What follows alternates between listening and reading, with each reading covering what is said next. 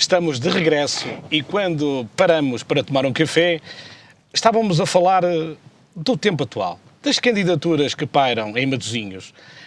Agora, vamos retomar, mas vamos fazer uma análise. Vamos pedir ao Narciso Miranda que nos diga, de 79 até 2013, o que é que mudou em Matosinhos? Tudo, praticamente tudo. Menos a essência de Matosinhos. O seu património histórico, o seu património cultural, o seu património humano. Isso não mudou. O resto, a transformação foi radical. Nós tínhamos um concelho atrofiado, um concelho sem infraestruturas, tínhamos um concelho com barracas, com ilhas degradadas, com escolas frias, distantes da população, com carcaças de indústrias, mas tínhamos uma coisa que era muito melhor do que temos hoje. Tínhamos menos desemprego. Muito menos desemprego. Aliás, isto mudou tudo, porque hoje Matosinhos é uma terra que se respira progresso, desenvolvimento, onde há qualidade de vida, onde tem um setor, um tecido empresarial razoável, um tecido de restauração notável, tem um tecido social razoável também, tem o património humano notável, mas tem algumas coisas piores, pioraram muito. Por exemplo, o desemprego. Nunca tivemos tanto desemprego em Matosinhos como temos agora. Não precisamos de recuar de 30, não precisamos de ir a 69, 50 anos. É assustador. 60% dos jovens Matosinhos não têm emprego. E o pior que pode acontecer é a nossa terra não responder às nossas necessidades. O pior que pode acontecer a um jovem de Matosinhos é o jovem ter estudado, com imensas dificuldades, é o jovem sentir que os pais que fizeram um grande esforço para estudar. Eu senti isso, eu lembro-me. Lembro-me de ouvir o meu pai a discutir com a minha mãe sobre o problema de pagar dívidas que eram necessárias para pagar o passo do comboio. E hoje temos uma situação pior que essa, que são as pessoas que fazem um esforço notável e depois não têm emprego. Têm que sair de Matosinhos, e pior que sair de Matosinhos, isto é numa perspectiva nacional, sair do país. Porque isso dá 3 prejuízos. O jovem fica frustrado, angustiado e revoltado com o seu próprio país, com a sua própria terra. O jovem tem que sofrer as consequências do desenraizamento, escolhendo outras terras, outros mundos, e o país sofre 2 prejuízos. O primeiro prejuízo é aquele jovem que custou muito dinheiro ao bolso dos contribuintes, porque cada estudante universitário custa dinheiro, nós pagamos. E o país perde esse investimento que fez. E, em segundo lugar, esses novos talentos, esses jovens criativos, jovens universitários, jovens com cursos que têm uma capacidade criativa notável, que são competentes, vão pôr a sua competência ao serviço de outros países.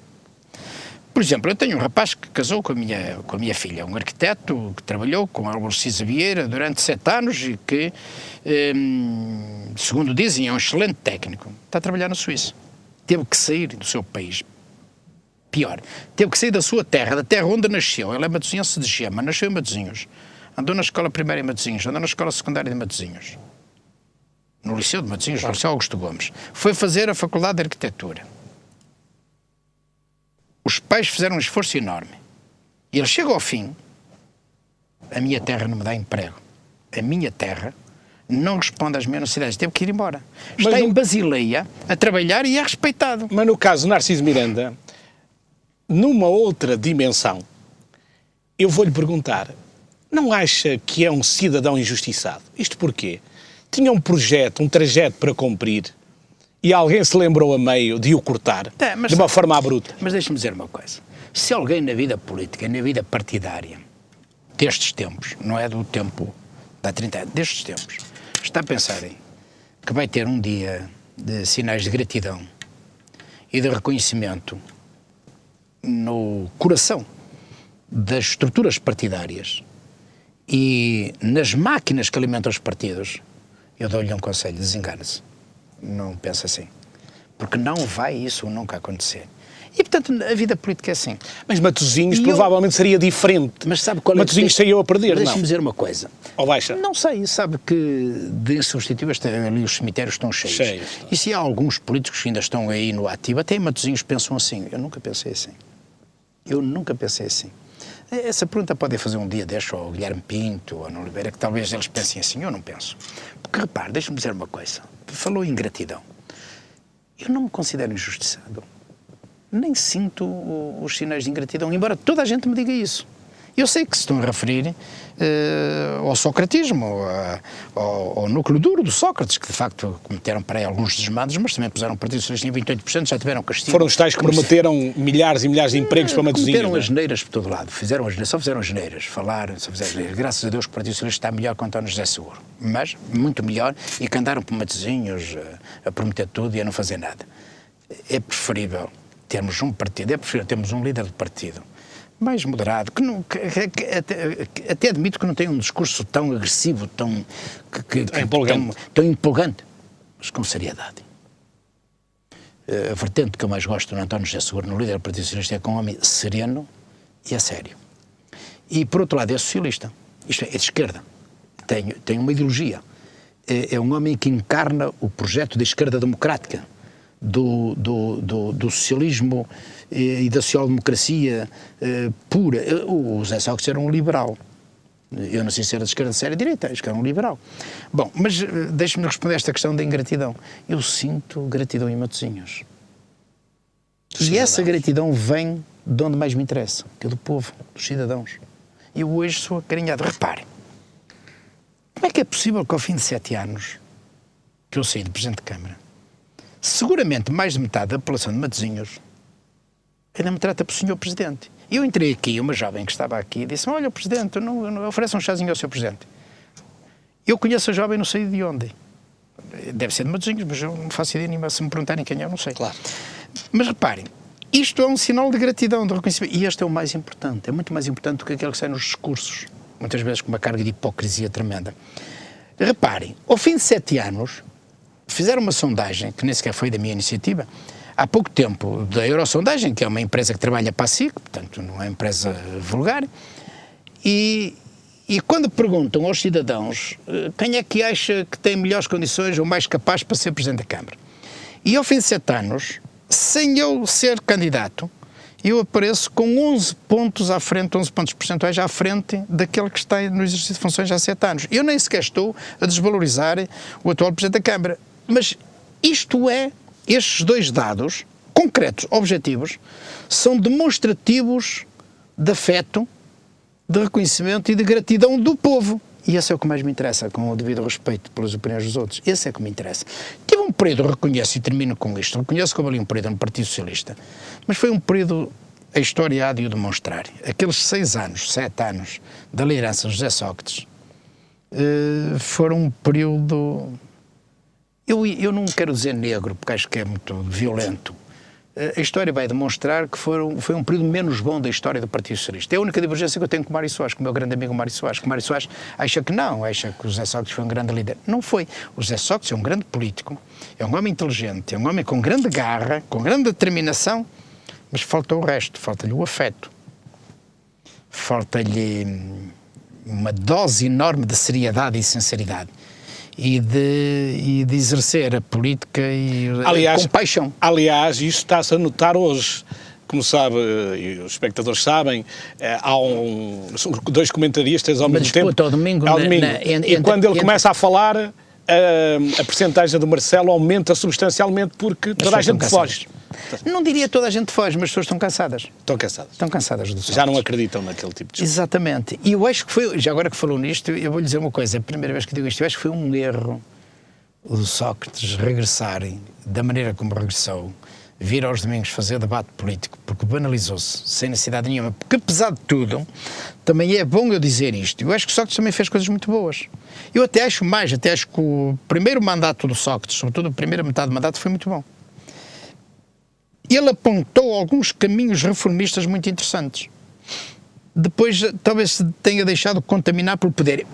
Se bem que o maior erro do José Sócrates foi, não tenho dúvidas nesta afirmação, foi o maior erro do José Sócrates. Curiosamente é o maior erro do Guilherme Pinto. Primeiro, tudo o que incomodava, afastar. Tudo o que divergia, silenciar. Tudo que fazia contraditório, que era crítico, nem que fosse promover para cima, para o calar. É um erro gravíssimo. Segundo erro, José Sócrates. Segundo erro, grave. Apostar no cinzentismo. Apostar na mediocridade. Pôr pedras do Partido Socialista espalhadas pelo país para funcionarem com a função de yes-mens. Fazer sempre amém. É aquilo que eu chamo na política os homens da mala. Os homens que andam sempre com a mala atrás dele. Com a mala ou com o carro, sempre a fazer o culto ao chefe. Esses foram os dois erros politicamente trágicos do José Sócrates. Porque, se não fosse isto, eu estava aqui a fazer um balanço muito positivo da liderança do José Sócrates, quer no Partido Socialista, quer no país. Mas estes dois erros graves são erros de casting. Abafaram alguns aspectos muito positivos que ele teve. E há pequenos... Há aí Sócrates pequeninos espalhados pelo país, Sócrates pequeninos dentro do Partido Socialista, Sócrates pequeninos no poder local, aqui bem parte de nós, já andam para aí a pairar, e ainda não perceberam que estão a caminhar para o mesmo erro e que o seu fim vai ser igual. Na minha opinião pessoal, com devido respeito, que eu acho que devo ter respeito pelas opiniões diferentes. Notei e notamos todos que nas suas palavras há um carinho muito especial pelo Partido Socialista, onde penso que ainda diz que ser militante. E António Parada, quando foi eleito, também deu a entender que gostaria de o ter de retorno à família. Acha isso possível? Olha, eu o que tenho dito, vou repetir, eu sou socialista de coração. Desde que me fizeram, nunca mais entrei numa sede do Partido Socialista. Nem sei quando entrarei, se entrar. Vou repetir, nunca mais entrei numa sede do Partido Socialista. Nem em Matosinhos, nem no Porto, nem em Lisboa. Não entro.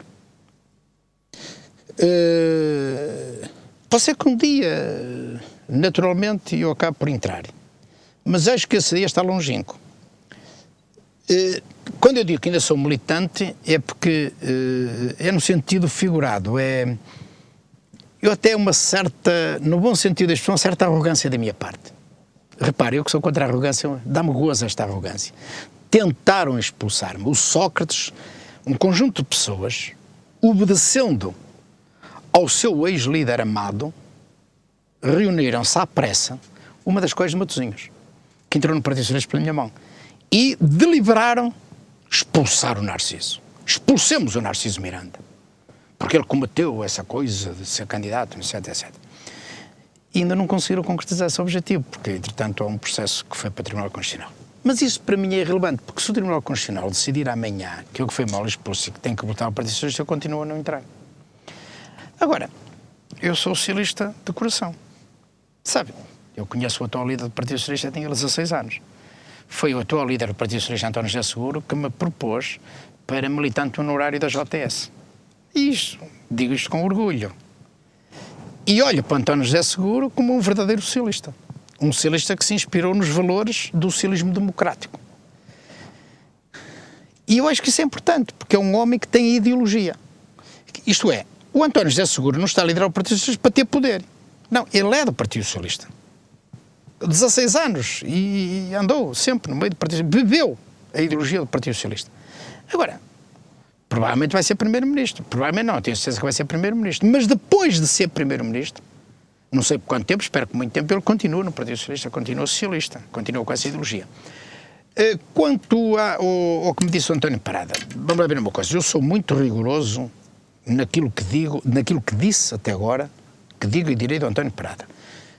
Custo custar, a verdade tem que ser dita. O António Parada democratizou o Partido Socialista de Matosinhos. Houve uma interrupção no funcionamento democrático, das regras democráticas do Partido Socialista. Houve uma interrupção nos últimos 8 anos. Interrompeu-se tudo. E, portanto, o Partido Socialista passou a ser uma instituição ao serviço em que não se tinha opinião, em que as regras democráticas não funcionavam. O António Parada pode ter muitos defeitos, e naturalmente tem alguns, mas o António Parada pôs o Partido Socialista, fez regressar a democracia ao Partido Socialista. Eu peço desculpa, mas custar isto é verdade. Ouça, eu nem sequer estou a elogiar o António Parada, eu estou a dizer a verdade. O António Parada, o ano passado, fizeram-se as eleições normais do Partido Socialista, quer em Matosinhos, como nos 300 e tal concelhos que existem no país, em todos os concelhos no país. E fizeram-se eleições nos distritos, em todos os distritos. E em Matosinhos aconteceu esta coisa agradável. O António Parada conduziu o processo eleitoral com rigor absoluto. Perdão, não foi o António Parada que conduziu. Fizeram-se as eleições com toda a normalidade. O presidente da Comissão Política Conselhia era o Dr. Guilherme Pinto. Desencadeou o processo de fazer eleições. E o António Parada democratizou o processo. Entrou democraticamente no processo, com toda a normalidade, como qualquer militar. Olha, entrou como eu entrei, há muitos anos. Entrou da mesma maneira que entrou o Guilherme Pinto, quando me sucedeu. Ele entrou normalmente, disputou democraticamente as eleições internas e ganhou. Teve 60% relativamente ao Nuno Oliveira. 15 dias depois, novamente a democracia a funcionar, fizeram-se eleições no distrito, para o distrito do Porto, e em cada concelho fizeram-se as suas eleições. Só havia 2 candidatos, o Zé Luís Carneiro e o Guilherme Pinto, e em Matosinhos o Zé Luís Carneiro ganhou o Guilherme Pinto. Dizem que foi por influência do António Parada. Mas a democracia é assim, a democracia funciona desta maneira. Portanto, eu não tenho nada a apontar. E quando me dizem que eu sou excessivo a dizer isto, a elogiar o António Parada, ou se eu não estou a elogiar, eu estou a dizer a verdade. Agora, se isto é considerado elogio, eu diria ainda bem. Mas então, não sublinhe demais este elogio, porque tem que deixar alguma tinta da caneta para sublinharem a crítica que se tem que fazer por quem suspendeu a democracia interna do Partido Socialista em Matosinhos. Portanto, não podem gastar a tinta toda a sublinhar o elogio. O António Parada, a seguir, apresentou a sua candidatura à Câmara de Matosinhos. É a democracia a funcionar. Porque não é caso único. Em vários pontos do país isto está acontecendo. Vou-lhe dizer uma coisa pela primeira vez neste debate. Você sabe que em 1989 fizeram-se eleições autárquicas em todo o país e em Matosinhos também. Sabe o que é que aconteceu? Aconteceu o que aconteceu agora. Há uns elementos do PS de Santa Cruz do Bispo, que é uma freguesia de Matosinhos, que chegaram à sede e disseram assim: nós propomos renovação total. E então propomos para candidato a Presidente da Câmara o Narciso Miranda sai, e propomos como candidato a Presidente da Câmara o Sr. Dr. Inés de Páscoa. Curiosamente é o número 2 da Comissão Política Conselhia pela lista do António Parada. É o nosso candidato a Presidente da Câmara. O nosso candidato a Presidente da Assembleia Municipal é o Sr. Dr. Manuel Santos. E o Dr. Sousa Oliveira sai. E o nosso candidato à Junta de Santa Cruz do Bispo é falar no tal. E eu na altura reagi até assim um bocado surpreso. Como é que é isto? E de um momento para o outro caí em mim e disse: é a democracia a funcionar. Fomos a votos. Ouça, apresentaram um candidato contra mim. Foi o que Parada fez agora. Ele apresentou-se em alternativa ao Guilherme Pinto. O Páscoa foi candidato em alternativa a Narciso Miranda. Fomos a eleições, eu ganhei, foi candidato. Sabe qual foi o resultado da votação? Foi a maior votação que eu tive até hoje nessa altura, foi em 1989. Elegi, na altura, pelo Partido Socialista, 9-2. 9 para o PS, 2 para o PSD, tive 65%. E alguém do Partido Socialista entendia que não devia ser eu o candidato.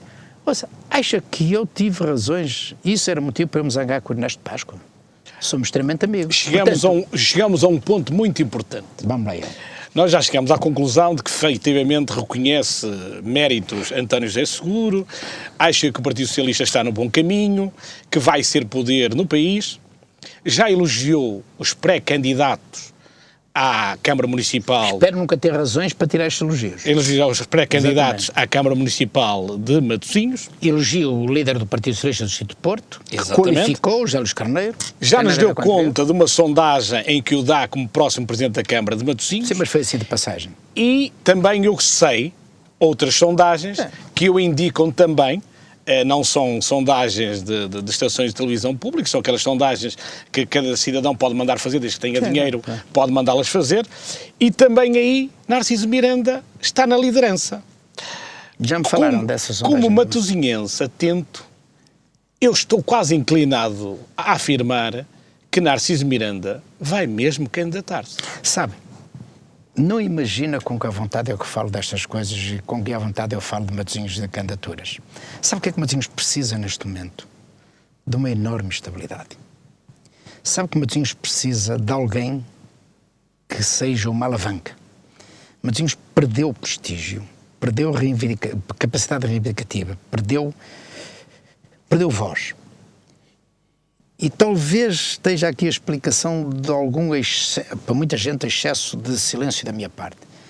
Eu acho que Matosinhos precisa de alguém que seja fator de estabilidade.